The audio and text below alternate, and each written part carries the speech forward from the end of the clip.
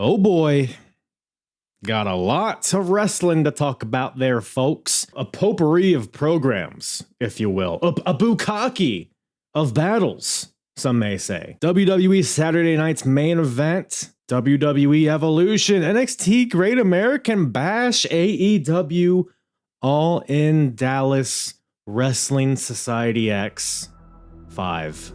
Or whatever. I don't know what they titled their shows. We got a lot of wrestling to talk about, folks, so strap in, strap on.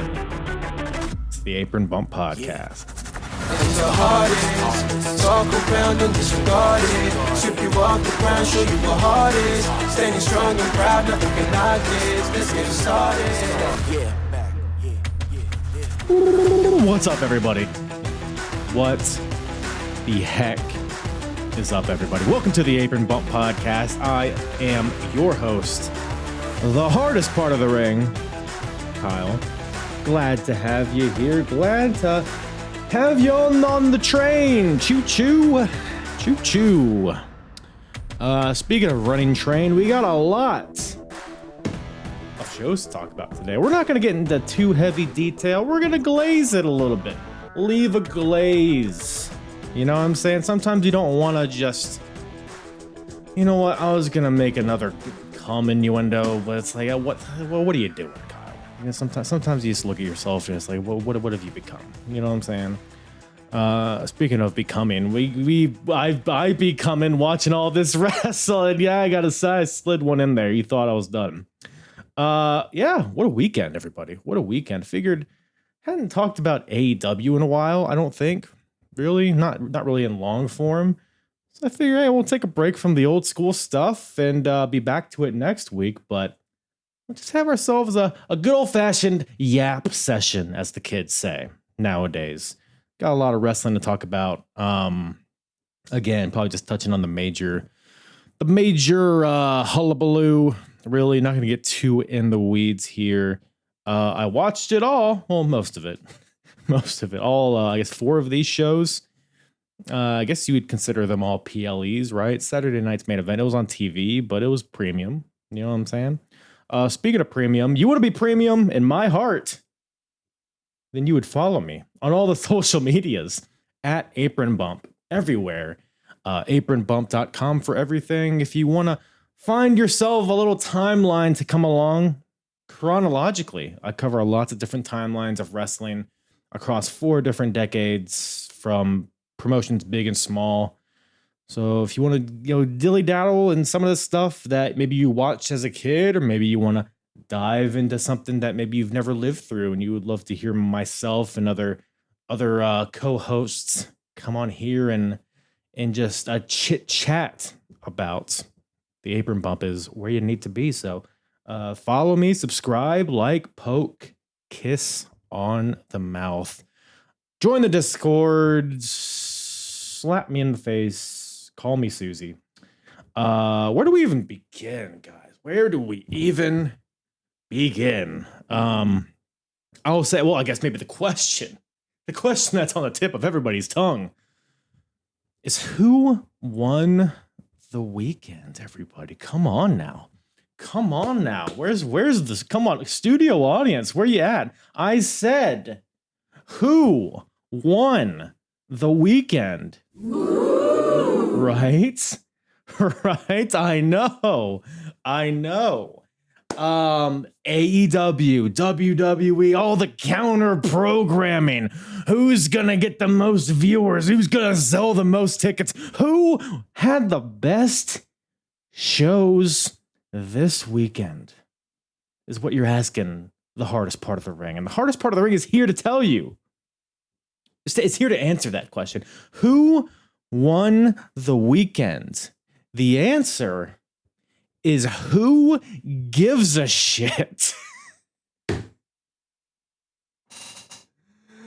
Oh, if I have to hear the word counter pro, is that 2 words? If I have to hear counter programming one more fucking time, I'm not going to do anything. I'm just going to be pretty upset about it. But good, in the big 2025 quarter century into this millennium, we are still doing the WWE versus AEW thing. What are we doing? Are we that creatively, spiritually bankrupt that this is how people are still living their lives? Posting, they had to tarp off this section. This company's dying. There's so much for their hot streak. Oh, they had to downgrade. AEW had to downgrade their venues. Oh, I hear Max is thinking about drop. Can you just watch the thing? Can you just absorb the thing that you're supposedly into or interested in or want to be entertained by? Do you want to be entertained by wrestling, or do you want to win a thing? Because neither is happening for you.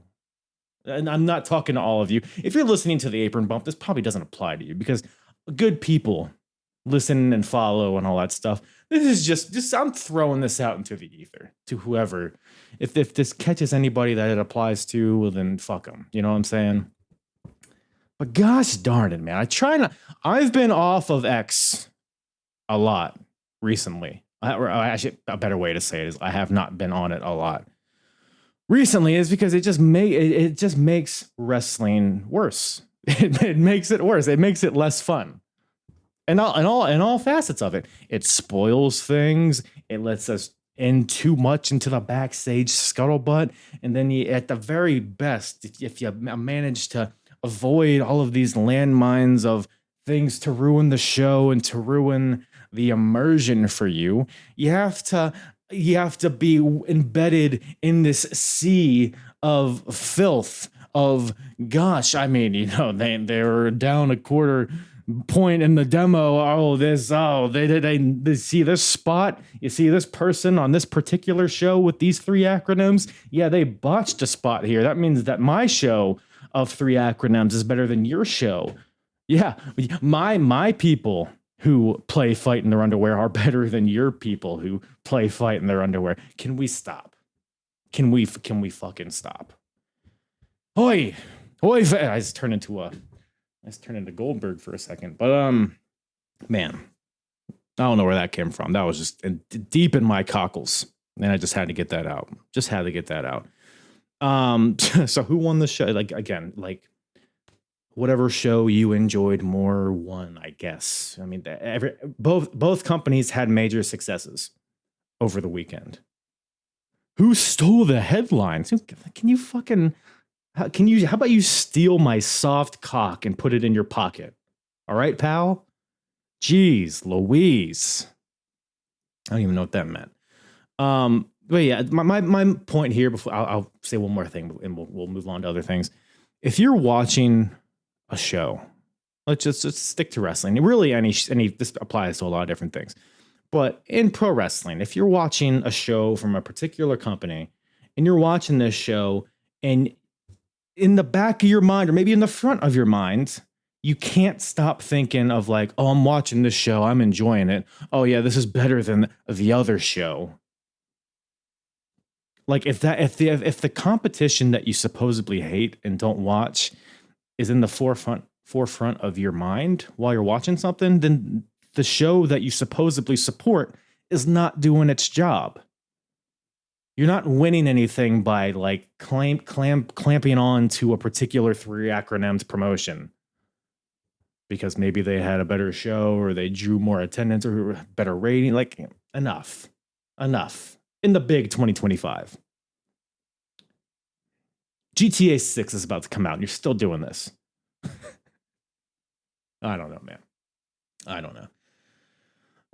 But anyways, lots of wrestling this weekend from both promotions. The question that is on the brim of my mind, and I mean a lot of people's minds online, is how much wrestling is too much wrestling? Because I mean, AEW All In was, omitting the pre-show, which I think was 2 hours. The main show for AEW was 6 hours, I think, right? Maybe 5.5. It was too long. It was too long. And I tweeted something. I'm not trying to be too fuck the internet, because that's what every other podcast does. But like, oh man, I tweeted something. It was to the effect of like, because a lot of people were saying that All In was too long, which I agree with. And then you have other people that are like it's fine if you don't think it was too long. It's fine. You want all that content at one time and you enjoy it, like, cool. And I'm not even saying that in like a passive aggressive way. Like, no, sweet. Like, I'm glad you enjoy it. Continue to enjoy it because they'll continue to provide it that way. Fine. Just move on. But there's people online that are like, well, how could you think the show was too long? Don't you want more wrestling? Isn't more wrestling always better? No, it's not always better. I'm gonna shout out Diego from X, good buddy Diego. He said, "Hey, you might like pizza, but you're not gonna sit there and eat an unlimited amount of pizza. You're not gonna get a couple. You're not gonna get a half dozen or a dozen pies, as they say up there. You're not just gonna shovel it down your throat, vomit it up, eat that vomit, get another pizza, sop up the rest of the vomit with another pizza. You're not gonna do that because yeah, you might like pizza, but there's a point where it's too much, and that also applies to wrestling." And believe me, if there is anyone educated, I don't think that's the word. If there's anyone that understands, monitoring, balancing the amount of wrestling that somebody watches, it's me. You know what my podcast is just watching a shit ton of wrestling from all over the place, from different decades, different promotions. I'm watching Raws from 2004, Raws from 1997. I'm watching 3-hour Progress shows. I'm watching 4-hour Ring of Honor shows. I'm watching the New Japan, the G1 Climax is coming up. I'm probably going to watch that. I'm watching WCW Nitro. I'm watching ECW Hardcore TV. I'm watching TNA Impacts, the pay-per-views. I engorge. I am a glutton for wrestling. I watch a lot of wrestling. Too much, some may say. And I acknowledge that. Now, that being said, All In was too fucking much. Like, it's reasonable. And there's people, I tweeted something like that. There was a lot of people that agreed with me. There's a couple cunts that responded. Hey, why don't you man up and slam a Red Bull and be a man? There's another guy who was like, hey, you're weak. You're weak for not being able to watch all this wrestling. I'm strong because I can watch wrestling. I want to know, like, how lacking in testosterone do you have to be to where your perception of quote unquote manliness or strength is how long you can sit on your couch eating Cheetos, watching people in baby oil pretend to wrestle each other in their undie pants. Like, you doing that is supposedly like this the height of manliness that puts some hair on your chest. Go fuck yourself. It's like, you see stuff like that online, you're like, I don't even know how to respond. I'm just gonna copy what you said, paste it, and that's the joke, because I can't elaborate. I can't make this any more funny than you're making it. Am I being angry? I promise I had fun watching wrestling this weekend. Sometimes it's just funner to yell. I don't get a chance to get mad a lot on this podcast. Like, for real. Like, I'm not gonna be watching like Shark Boy versus Eric Young, be like, is he fucking the Deep Blue Sea? Like, what? You know, like, I don't do that a lot here. But anyways, by the way, I say AEW All In was too much. It was too long. That doesn't mean I didn't enjoy it. That doesn't mean that I didn't sit through it and watch it. I did. I watched it all and I finished it and I was like, that was a pretty good show. Wish it was a little shorter, but I had fun. That was it. It doesn't have to be anything bigger than that. Did we need that trios match? Did that tag team triple threat that was a foregone conclusion, did that need to be 25 minutes? I don't think so. Did each of the battle royals need to be 45 minutes? I don't think so. I don't know if these are the exact times, but that's how long they felt. But we'll get more into All In here, probably towards the end of this episode. But let's Oh, by the way, before we get into these shows, what soothed my opinion on the amount of wrestling and the length of the shows and whatnot. Friday night got together with some buddies, and we turned on the boxing fight that was on Netflix. I believe MVP Promotions. I think that's what it's called. I think it's either one of the Paul brothers or it's both of them. I think it's just Jake Paul. It's this boxing promotion. It's the same promotion that had Jake Paul versus Mike Tyson and all that stuff. But we were like, hey, neither of us are like huge boxing fans, but it's like, fuck it, let's throw it on here, have a few cigars, drink some beer, and watch some it was an all women's card. So let's watch some clams hammer each other in the face. All for that, right? This fucking show was 4.5 hours long, and it was 4 20-minute fights. Let me say that one more time. It was 4 20-minute fights, aka an hour and 20 minutes. The show dragged on for 4.5 hours. You might be asking yourself, how is part of the ring? What do they fill that other 3.5 hours with? Fucking nothing. Like, just, all right, we're getting ready for this next match. Let's show some B-roll of them fucking shadow boxing in the backstage area. Here's a fucking advertisement. Here's some highlights. It was the most horrifically paced combat, whatever the fuck I've ever seen in my life. And I've sat through a lot of UFC pay-per-views that go to 2 a.m. for no reason. It was hideous. I'm never watching boxing again. Not from that promotion.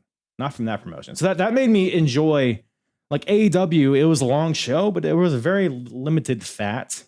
Like, there was some matches that, maybe went on a little long, or maybe some unnecessary matches, but like, it was all wrestling. Like, it was like a match, and then you'd get like a short little package, and then it'd be another match. Like, great stuff. That's great stuff, and a lot of great matches. Paced better than WWE PLEs nowadays. I will say that for sure. Let's start here. Let's just go chronological a little bit. It's chronological for anybody unfamiliar. I'm not going to touch too much on NXT Great American Bash, because honestly, I'm not like I haven't watched the TV show in God knows how long. There's a lot of good stuff on there, but there's just too much corn. This is too much cornball shit for me to keep tuning in. But I will say it was a solid show. It was a solid show. I watched it after All In, which was an experience because, like, for example, like Ricky Saints and Ethan Page had a whatever the fuck street fight, Falls Count Anywhere, whatever it was. But I watched this NXT street fight after Mox versus Hangman. So I was like, all right, this is kind of it's like getting a hand job after doing anal. Like, it's like, well, this ain't doing anything for me. You know what I'm saying? They were working their asses off too. They took some gnarly bumps. They did the whole fucking chair with the edges against each other, like I think Mox and Hangman did, I believe, in their match. A brutal spot. They did the classic ECW like steel barricade, put that in the ring, suplex the guy onto it. The classic Sandman Raven deal. Some good shit. Powerbomb off the stage through some styrofoam tables. Like, good stuff. There's some good stuff in there, but it was a wet noodle of a match in comparison to the Texas Death Match, I will say. But they worked their asses off, so shout outs to them. Really the only thing from Great American Bash worth talking about is Oba Femi versus Yoshiki Inamura. I was first introduced to my boy Big Sheik, Yoshiki. Is it Yoshiki? I think it's Yoshiki. I'm not going to look it up. I'm just going to keep saying Yoshiki, even if it's not. I first saw him actually on a watch along of a Progress show. This was a few months ago. He was like the opening match. It was like, I don't think anybody really knew who he was. I don't even really remember who he wrestled, honestly. I think he wrestled Saxton Huxley, if I remember correctly. But you can go back and watch it. I was like instantly like drawn to this guy. Like, it's a Progress show, and here in America it was like 9 a.m. I was hungover. I turned the show on, and it's Yoshiki Inamura coming out here, and it is just glorious splendor. His fantastic hair, his big beefy body. He's just everything that I need in a pro wrestler, and he's made me light up watching him. So it's so cool to see him on this stage, getting a world title shot in NXT against Obafemi, who is just, I mean, you talk about just a delicious ball of meat. I mean, I just want to eat this guy up. I just want to lick. All right. He's a good wrestler. I like his wrestling. He's a big man wrestler in an environment nowadays where you don't see a lot of just big man wrestlers. Everyone has to do a fucking moonsault or a springboard. No, he's just a big burly dude. He's just meat. He's just bones and meat. This guy is, and he is a beast. He's intimidating. He has the look. He has the swagger. He can talk. He can move. He can slam people. He can chop people. He is just it just makes me feel good. It just makes me feel good watching him wrestle. And him and Yoshiki, that was what I was looking forward to. It was a great match. I could have done without the Josh Briggs melodrama involved in it. I feel like it kind of got in the way of the match. I would have rather just see them banging out one-on-one, but that being said, it was a very fun match. Obafemi, of course, retains, and who takes it off of him? Who cares? Just enjoy the ride. Let him be the champion. I like how NXT is throwing out these kind of like left field, like you wouldn't expect them to get world title matches, like Miles Bourne, Yoshiki here, and probably a bunch of others. I'm not really in tune with NXT nowadays, but I'm liking what I'm seeing from Oba's title reign, from just kind of watching from the outside, and hope we see some more Inamura in NXT. Hopefully he doesn't just kind of fade away here. I'd love to see more of him. I think him and Briggs are a really fun team. Hopefully they just get together as a tag team again and do some good work there, but who knows? But just wanted to shout out that match. Everything else was kind of could take it or leave it. I will say I did not watch the main event, which was Blake Monroe and Jordan Grace versus what's their fucking name? Fatal Influence. I did not watch that match because I actually watched Evolution before I finished Great American Bash, aka I saw Blake Monroe turn on Jordan Grace before I got a chance to watch the main event, so it felt like a moot point, so I just didn't watch it. And I haven't heard much about this main event. I don't think it was anything spectacular or worth going out of your way to watch, but if I'm wrong, let me know. Maybe I'll go check it out.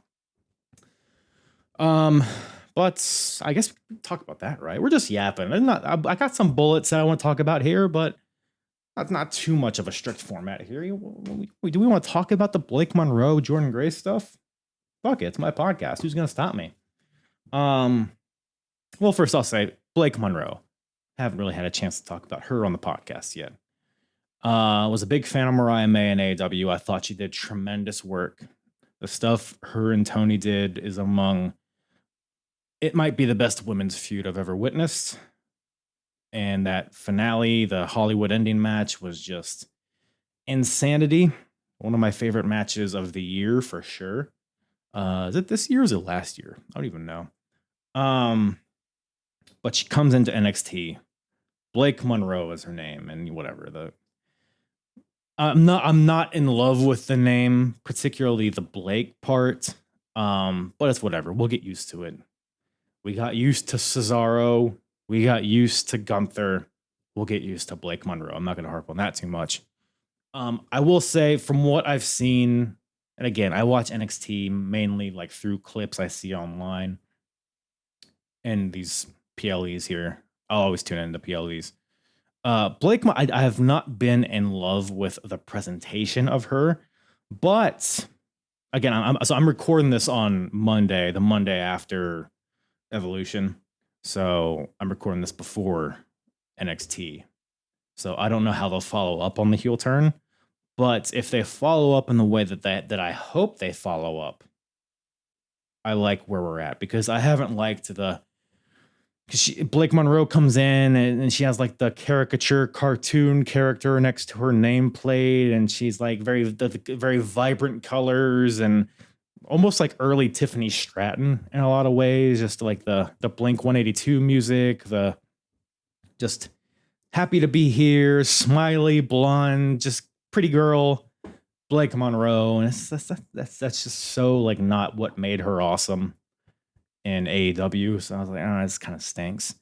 But seems to be maybe it was a red herring of some sort to kind of lure you into a false sense of like, oh, this is who Blake Monroe is. But maybe that woman from hell from AEW, that's still inside of her.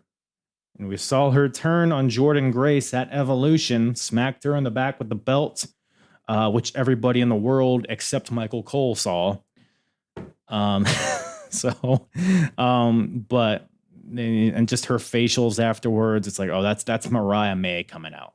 So maybe we'll see that presentation start to seep in, and maybe on NXT we'll get, even just things as simple as the colors of her gear, of her entrance, like just thematically. I hope we see an evolution in her character. I hope we don't just see the same like girl. But we'll see. So I like where we're trending there. Her and Jordan Grace, I feel like, have the potential to have a really fun feud. And I think both of them have endless potential in the W. I think they're both built for WWE. So good for them.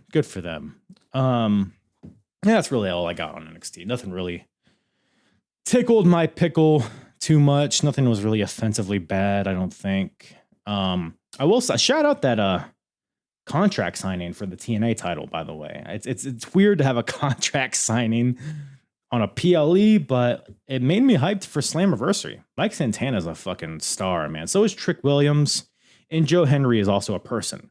So no, but that'll be fun. I probably will not watch Slammiversary, but yeah, no.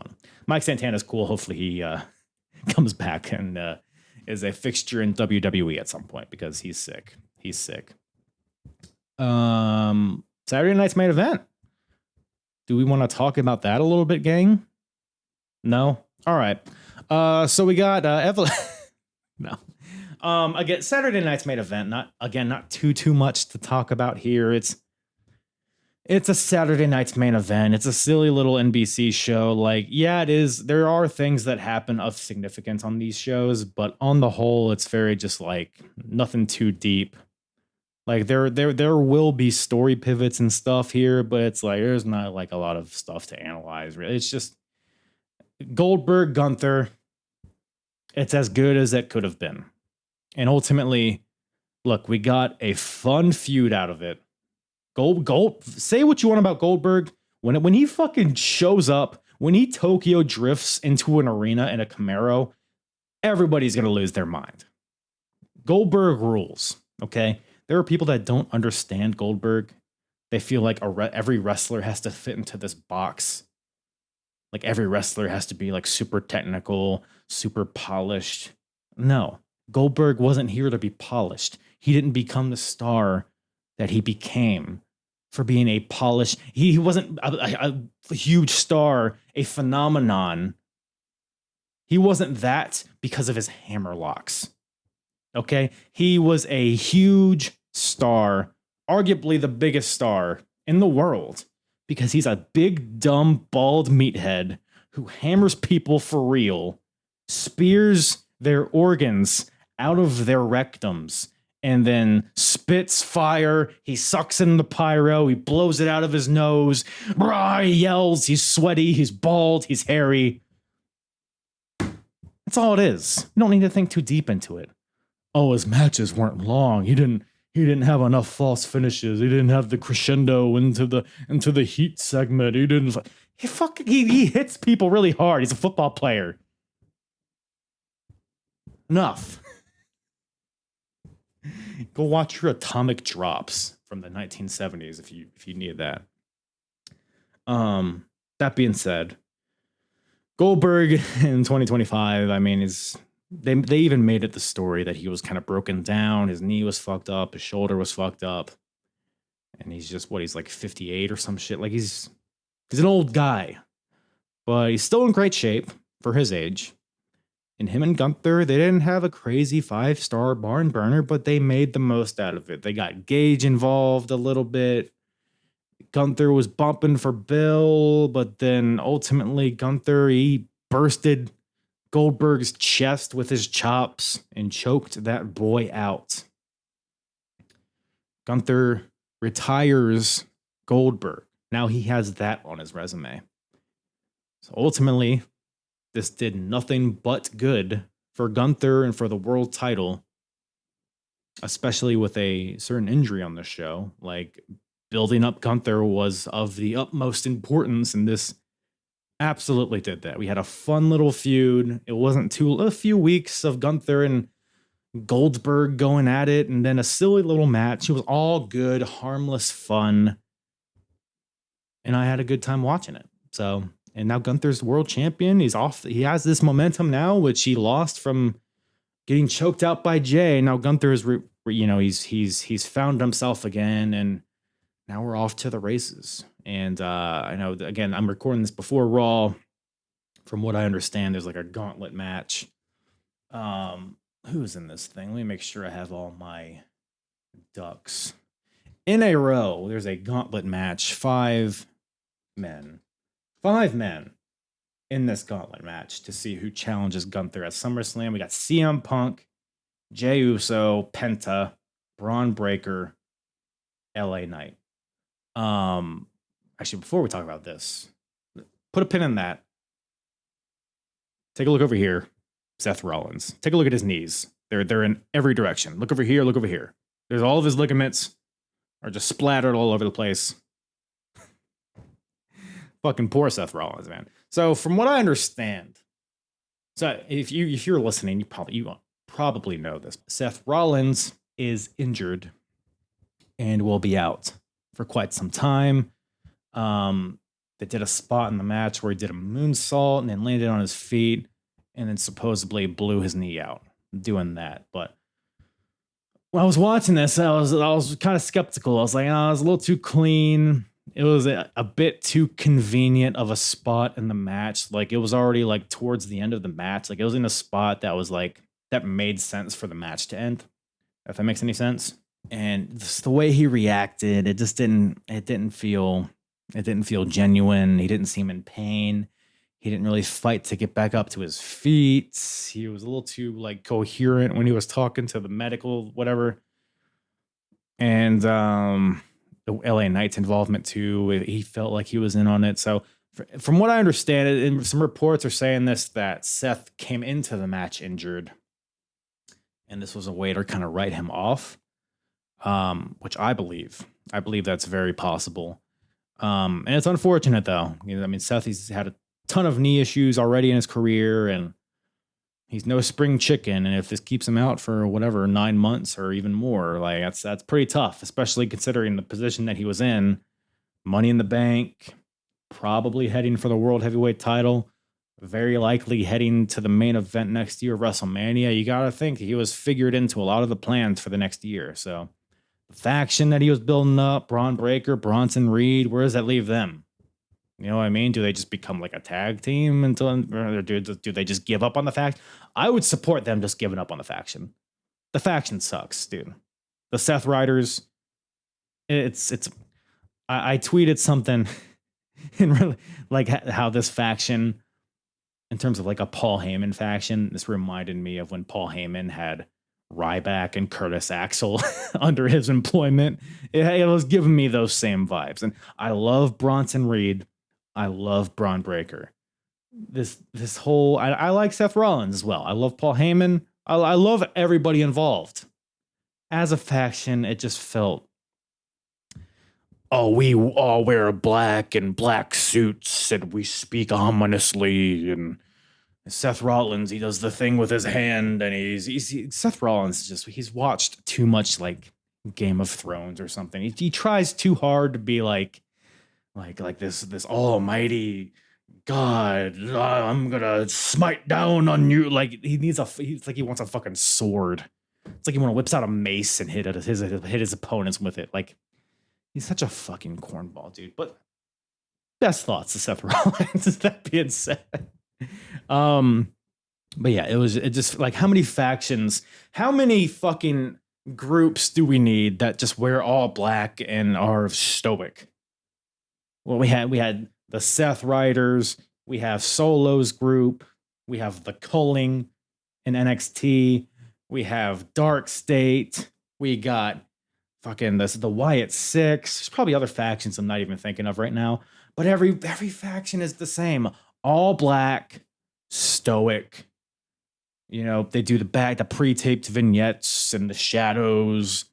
Oh, we're here to tear this place down and build it up in our image. It's every fucking faction is the same thing. So let's just scrap it, pretend it didn't happen. Let Braun Breaker do what he was doing, do the thing that was making him cool, which is not what he was doing with Seth. So with Seth, the Brawns were just cannon fodder. They were nameless henchmen. Let's just give up on it, in my opinion. And I guess the only other thing from main event is the Jelly Roll Logan Paul stuff. Whatever. SummerSlam is a 2-night event this year. There's gonna be a ton of stuff happening, ton of matches, ton of content. You can have a celebrity match. It's not gonna hurt anybody, I promise. Oh, but it's taking a spot from fucking Apollo Crews and Cruz del Toro and like, okay, it's gonna be a fun little spectacle. Jelly Roll versus Logan Paul is hilarious. And with Randy Orton and Drew McIntyre there to steer the ship, it's fine. It's gonna be another harmless little match. It's clearly there to bring in viewers from the outside. It's SummerSlam, it's spectacle. I have no problem with this. I think it'll be a fun little match. Nothing crazy. Just be a good time. Wrestling can be fun and silly sometimes. I promise it's okay, everybody. Let's move on to Evolution, shall we? WWE Evolution 2 from last Sunday. It's been 7 years since the last Evolution, which blew my mind. That's insane. I guess COVID had happened since the last one, so I shouldn't be too surprised, but man, what a show, dude. What a show. Is it the best show of the weekend? A lot of people are saying yes. I'm inclined to lean towards All In being the best show of the weekend, just out of sheer volume. I mean, it's their WrestleMania. It was 6 hours plus. They had culminating feuds. They had crazy spectacles. They had dream matches. They had blood and nails and the Costco guy. Like, it had everything, right? So, and not everything hit, but I think just overall, I would probably throw the best show of the weekend to All In. But if we're talking like quality per minute, just as far as like the pacing, limited fat, just bam, bam, bam, just pure entertainment, Evolution could easily be the show of the weekend in that respect. I mean, where do we even begin? The ending, the finish, super unpredictable. Look, we got so Jade Cargill and Naomi had a pretty solid street fight. Jade wins. Now is going to go challenge, at least I'm assuming, Tiffany Stratton at SummerSlam for the title. And everybody was on the same wavelength of, well, either Jade's going to win, then Naomi's going to cash in, or Naomi's going to cash in mid-match. Like, it seemed like they were going down this formula that they have established over the past couple of years where the Money in the Bank winner loses, but then in their next match, they retaliate and they get the title. Like, we all were on that same like path of thinking like, oh, this is where they're going, obviously. But then they do the switcheroo on us, which I welcome. I love that stuff. Nobody expected this. Naomi cashes in after losing earlier in the night. Cashes after, by the way, Rhea Ripley, Io Sky. I mean, come on. All the chemistry those two have, it's outstanding. I love how their yin and yang styles clash with each other. Styles make fights, styles make wrestling matches, and their styles make great wrestling matches every single time. They had like a 25. I don't know how long this match was. It was a very long match. You had crowd brawling. You had everything, right? They get back into the ring. I was worried, by the way, that they were just going to end it with like Io was going to do a moonsault off the fucking truss or whatever, and then that was going to be the end of the. I was worried that was going to be the end of the show, but they made their way back to the ring. They're both laid out. Naomi comes out, huge reaction, gets in the ring, takes out Rhea, moonsault to Io. Ding, ding, ding. New world champion, Naomi. Great stuff. I've been loving this direction for Naomi. I've been down on her most of her career, but just I feel like she just has not found a thing to sink her teeth into. But this proceed with caution thing, this whole kind of unhinged, which is kind of a generic character these days, but I think she's taken enough spin on it to make it unique, and it has made it her own. And I think it translates well to her matches as well, which is something a lot of people find fun characters, but they can't really like translate that into the actual bell-to-bell matches. And I think Naomi has done that. So, good stuff. She closes the show as world champion, and now we're kind of left in this, like, what the hell is next? Does Rio get a rematch? Rio? Did I say Rio? Does Rhea get a rematch? Does Io get a rematch? Do we have a triple threat situation? Does Jade maybe not challenge Tiffany and she ends up challenging Naomi? Like, is that a thing that could happen? Is there a trade situation that could happen? It's a lot up in the air. And when there's that level of intrigue and kind of just an unknown, I feel like that's where wrestling thrives. So big fan of all of that. That whole world title situation, the match, the cash in, all fantastic. However, my match of the night probably goes to that opening triple threat for the women's intercontinental title. Bayley, Lyra, Bayley. Did I say Bayley twice? Bayley, Lyra, Becky. Fucking phenomenal, dude. All of these three ladies have great chemistry with each other, and that doesn't always equate to chemistry in a triple threat situation, but in this case, it very much did. Crowd was hot from the opening bell. They were given a standing ovation just for them being there. And then the wrestlers carried that forward throughout the match. There was no lulls in this match. All action, which is where triple threats kind of provide a benefit, is that there's not a lot of space for dead air. There's always something happening. And I thought it was a very fun match to watch. Becky Lynch is the best wrestler, at least the best women's wrestler going right now in terms of total package, in terms of character, in terms of mic work, in terms of presence, just big time feel, in-ring quality, which I think is just increased over time, which is amazing for Becky. She has it all. She is the most complete package in wrestling. I think Toni Storm is the only one that comes close to matching her in that department. But Becky is, in my opinion, she's the best going right now. Bayley felt alive for the first time in a very long time in this match. Was super excited to see some fire out of her, and to see with the build to this match, they've all really just kind of unleashed and there's been another, again, like a level of fire and intensity behind this feud. And then that kind of translated into the match. So it all kind of just made for a perfect storm. And then Lyra Valkyria is probably my favorite women's wrestler going right now. I think she is, from her days in NXT UK, like I was gushing over her back then. You could go back into my Twitter archives. She moves like nobody else. She's an athlete. She's her style is very fun to watch. It's very dynamic, and she's gotten to open up and come out of her shell as a character in the past couple months with the stuff with Becky and Bayley. And I think just the sky is the limit for her, and just everybody involved in this feud. I think as everybody has benefited, and everybody whatever way they go after this, I would guess, since Lyra was not pinned, I think we get at least one more match between Becky and Lyra, probably at SummerSlam.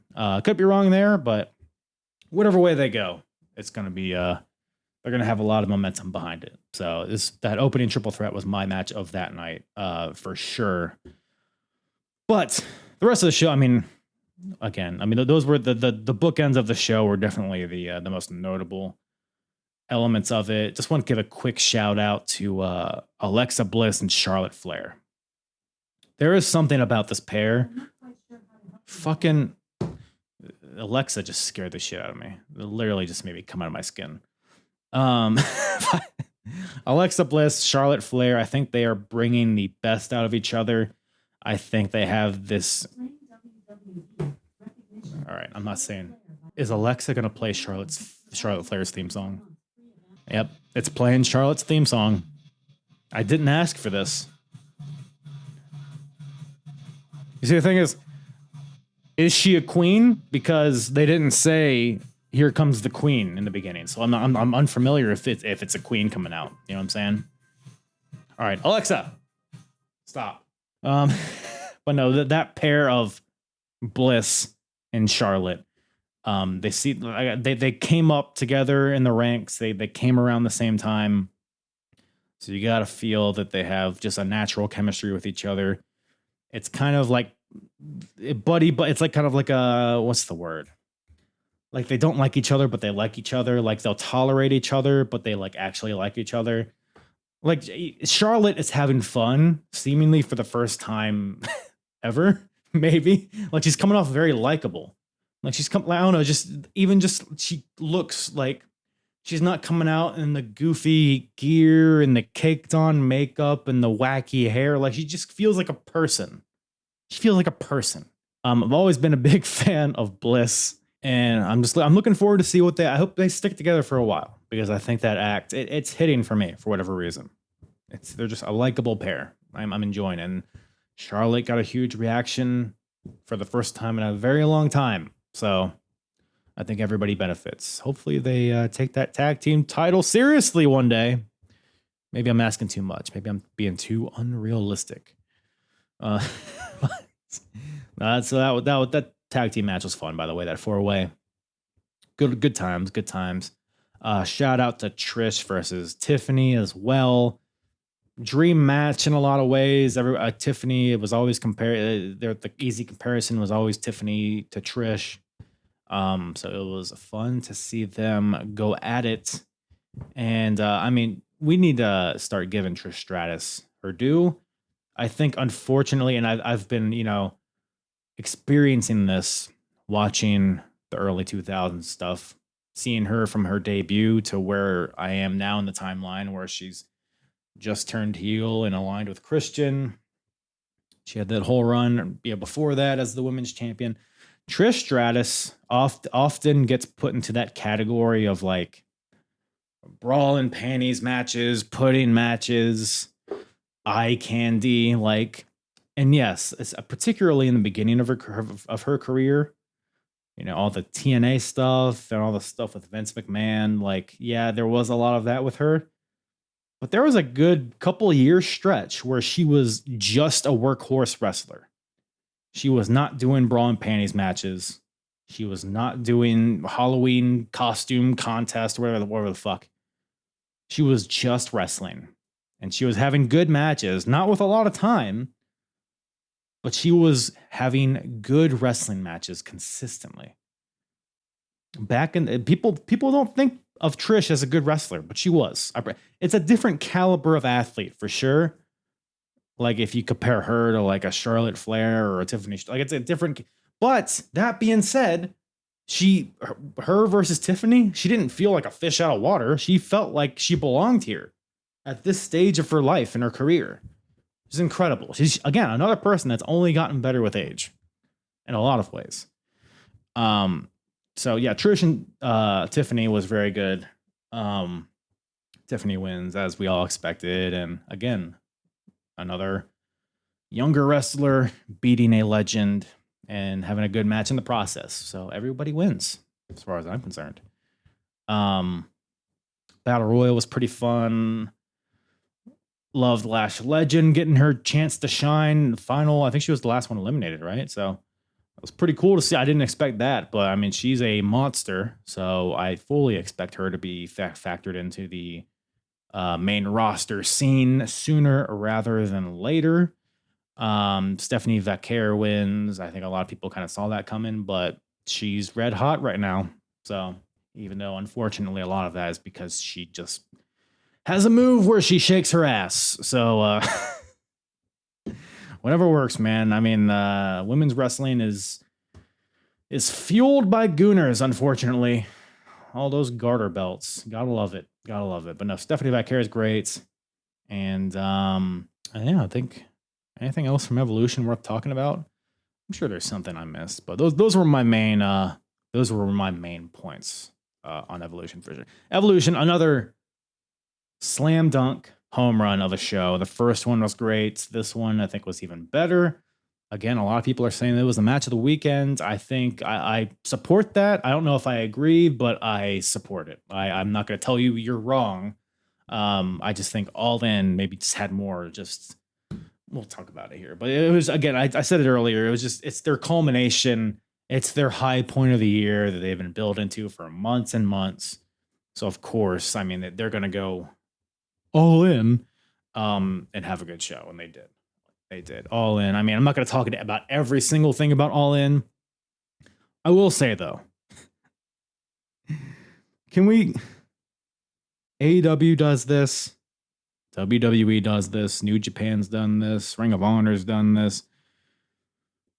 There's no such thing as a triple main event.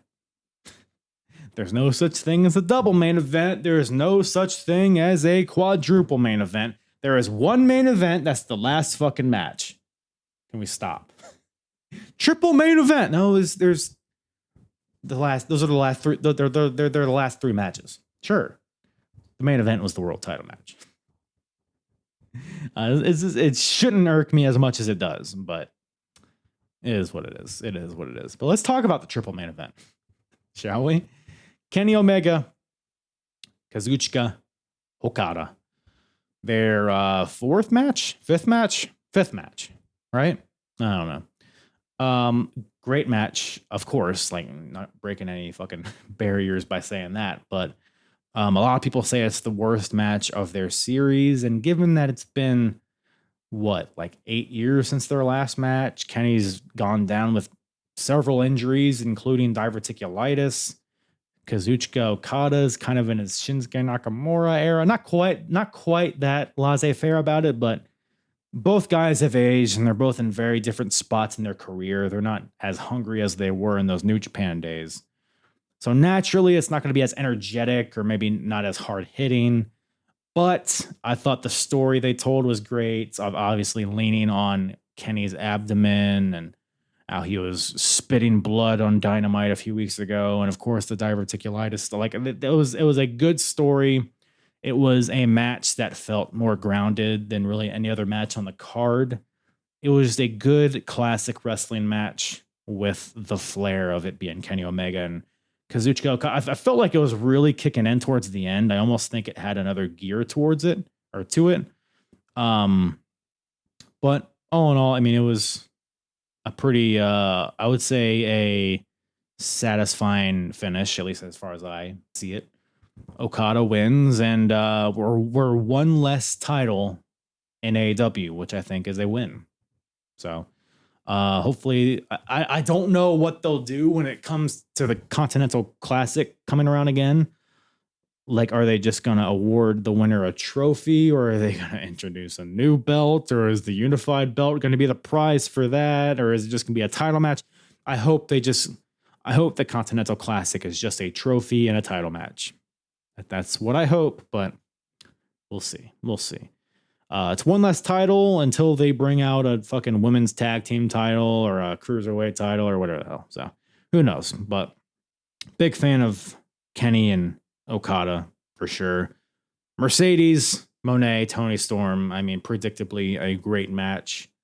A lot of people are putting this as match of the night. I think this is number 2 for me personally, but I think it was a tremendous match. I think it's hilarious the amount of offense that was required to beat Mercedes. Like, I'm annoyed at like the Hogan stuff. Anytime anybody wins anything, it's Sammy Hogan, Becky Hogan, Mercedes Hogan. Like, no, sometimes you just go with who's hot and give them an extended push. It's not always fucking we're not even going to get into the creative control stuff. That has been nauseating. No, Mercedes Moné does not have the fucking Hulk Hogan clause in her contract. Can we stop? They paid her a truckload of money. Yes, they're going to give her a lot of titles and a lot of wins. Yeah, she's going to show up to Rev Pro. What are they going to not give her the title? Hog? Isn't she the Hog champ? No, she's not the Hog champion. I forget. She's the CMM. What was Zeuxis going to beat Mercedes Moné? Who gives a shit about Zeuxis? But that being said, Toni having to break out at least 4 Storm Zeros, 1 off the top rope, as well as all of her WWE finishers, the Tiger Power Bomb, the I don't know what you call it, the one where she flipped Mercedes over into a cutter. That was her finisher in WWE for a while as well. So she had to use every single thing in her book and had to cap it off with a pile driver off the second rope to beat Mercedes, which is hilarious.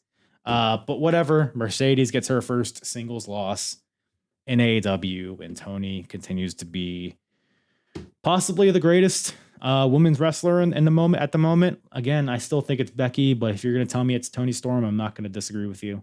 I really enjoy her work as well. So great stuff, and I'm glad Toni won. I was dreading the whole TBS title situation. I was worried that like Mercedes was going to win the world title and then just vacate the TBS title. Like, that would have been such a lame way to end that reign. Like, nobody benefits from that. Whoever would have won the title after that wouldn't have been a real champion. So I'm glad they went this route. I'm assuming because Athena won the gauntlet match from earlier in the night, earning herself a women's world title match. So as far as I see it, I see Athena beating Toni Storm, and then we get Mercedes Athena 2, and we go on from there. So I think we got a lot of good stuff in that division in the future coming up. I'm glad Athena's hopefully breaking out from the Ring of Honor verse. Hopefully we just fucking kill that fucking brand, and it's so sad how little they care about it. Like, it's not even like a farm system. It's just a burden for everybody. You know what I mean? They don't like build people up on Ring of Honor and then bring them up. They just like keep them in that bubble, maybe bring them up for a squash match or 2, and then bring them and push them back or fire them, whatever. So hopefully Athena, I don't know who in Ring of Honor is going to beat her for the Ring of who cares? Just have somebody beat her, have her lose it in like a fatal 4-way for all I care. Who cares? Just bring her up to AEW because she's too good to be stuck down there. I will say though, this Mercedes Toni, the match was great. The feud leading up to it kind of showed the disparity between the two in terms of character work. It showed how robotic and inflexible and just kind of inorganic, not genuine that Mercedes is. I think Toni even said it in one of her promos that Mercedes talks in catchphrases, like, which is very true. Like, she doesn't really have she has that like WWE PC training where she always has to stand, face forward towards the hard camera, has to stand shoulder to shoulder parallel with the person she's talking to, and that just like cringy thing that a lot of people do, but Mercedes is just the most blatant with it. And she's not a good talker. She's not a good improviser. So she has to speak in these little sound bites, these little to kind of copy paste template type of promos, whereas Toni Storm is very dynamic. She's very entertaining, unpredictable. Nobody talks like her, and there's no character like her in wrestling. It just showed like Toni is way up here and Mercedes is way down here in terms of character work. In ring, you can kind of, debate. You could say Mercedes is better or whatever. I think they're kind of similar, but Toni is just so much more of a complete package than Mercedes. But again, Mercedes has value in the ring. I think, she's brought the best out of Toni, out of Chris Statlander. I mean, a long form feud with her and Athena would be tremendous. Like, Mercedes has value for sure, but I think, glad she didn't win the world title, is all I'll say. And then the main event, Mox, Hanger, world title. The story has been finished, I guess you could say, huh? Just an ultimate feel-good, emotional dump of a match. I mean, we're like 9 hours into this show and the crowd's still hot for this. I was still into it, which is just a testament to the build to this and the quality of the characters involved. I haven't loved the Death Rider stuff, but I think this match put us in a very unique spot nowadays where everybody wants one person to win and everybody wants one person to lose. It's not this 50-50, let's go Mox, let's go Hangman. It's not that. It's not a this is awesome match. It's a let's go Hangman match, which is key. People were invested in Hangman. People wanted him to win, and that's where wrestling is at its best when there's a babyface that the fans are behind and a heel that the fans want to lose. Perfect storm here. I mean, Texas Death Match, they had to up the ante from their previous one, which is brutal in its own right. But goddamn, dude, we're forking each other in the face 2 minutes into this, just squirting blood already. You had to know this was going to be brutal, but this even, went beyond what I thought it would be, to be honest. The glass was just, and this isn't like TNA glass, from like Abyss versus Judas Messias, where it's like the cute little like sugar glass pellets or whatever the hell. This is just like they went into a trash can, got some beer bottles, and just crushed them. There were pointed shards. There were shivs in there. Like, it was gnarly, and they're just rolling in it, getting pile driven. The top of the head. Mox got a pile driver, and his top of his head was sliced open. The bed of nails, dude. Like, come on. There were some parts I was like, that's. Can we enough with the nails? Enough with the nails. But just an electric match. I mean, Hangman is the guy. A perfect ending. All the interferences. It wasn't too WrestleMania 40. It wasn't too endgamey, but I think the interferences, Darby Allin returns, which was a little anticlimactic, honestly, but Swerve getting involved and ultimately being the catalyst for Hangman winning the title was a fun full circle moment. There were spots where like the Young Bucks interfered with a double super kick and whatever the hell. And I truly thought that Mox might retain. So this had good false finishes, good violence, good drama, great finish, chain hanging as an homage to their previous match. And I like how there was kind of a similar finish. Like, normally you would assume like, oh, they're going to have to do a completely different finish because that's how the first match finished. But you had like it was the same thing, but it was a different kind of reaction from Mox. It was like a subtle difference. But I like that they set that precedent that, even they might have a rematch. Two guys might have a rematch, but you can still see the same finish. So I like that. But yeah, no, Hangman wins. It's what everybody wanted. Opens that briefcase, unveils the world title. I think everybody was expecting like like ink to squirt out or like confetti or like a whoopee cushion or some shit to be in there. But no, it was the title. And we closed out with him as world champion. So what more can you ask for? Honestly, it was again, Hangman he's the most relatable character in my opinion that AEW has. He's very dynamic. Like he has a lot of range. it was only a few months ago that he was this evil psycho burning people's houses down. And now he's this loving, comes out to his old music, comes out on the other side of the tunnel, comes out in white. Like all these little details. It's like, oh, this is fucking sick. This is sick. So shout out Hangman. Shout out Mox as well. That whole match was, I mean, the bumps these guys are taking is otherworldly. Outside of that, All In, I mean, there was some good stuff here. We had I really enjoyed Ospreay and Swerve versus the Bucks. It was kind of, you have these four guys, you know, it's going to be like very PWG, very spotty, but I think they did it in a fun way. I think they sold enough to where it wasn't a hindrance to the match. And I think there are some really fun sequences, fun drama towards the end. Ultimately, Ospreay and Swerve win, and now the Bucks are not EVPs, which adds a little wrinkle to them going forward. So we'll see where that goes. The trios match did nothing for me. The tag team title match was a foregone conclusion, so who cares? It was way too long. Adam Cole, shout out Adam Cole, by the way. One of the sometimes I'll tune into his live streams where he's gaming.